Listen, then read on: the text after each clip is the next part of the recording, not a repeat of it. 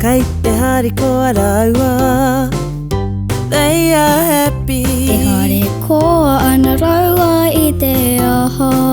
Why are they happy へきてのらうはやなに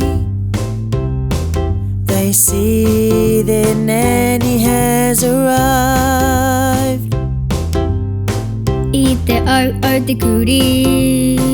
The dog was barking 部屋はてくりおうわい Why was the dog barking ヘロゴの泣いてまぬひり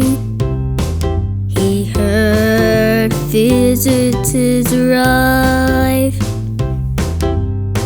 いおほいや She woke up 部屋はいやいおほあい Why did she wake up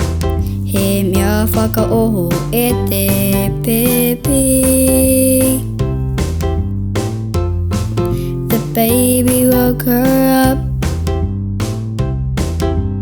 これい落ちたくまひ I didn't finish my job へあはいこれあいえ落ちたうまひ Why didn't you finish your job へわれわれのく